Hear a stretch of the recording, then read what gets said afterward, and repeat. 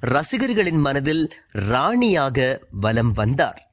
இவருக்கு தனி ஃபேன்ஸ் பட்டாளமே உருவாக ஆரம்பித்தது. மேலும் விஜய் தேவரகொண்டா காம்போவில் டியர் காம்ரேட் படத்திலும் நடித்து தூள் கிளப்பினார் ராஷ்மிகா மந்தனா.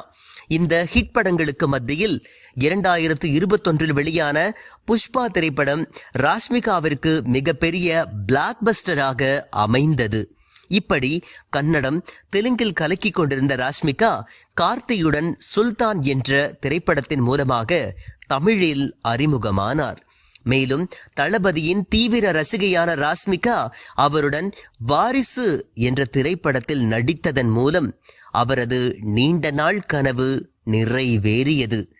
கன்னட திரையுலகில் ஆரம்பித்த ராஷ்மிகா மந்தனாவின் திரையுலக பயணம் தெலுங்கு, தமிழ் தொடர்ந்து பாலிவுட் வரை சென்றிருக்கிறது.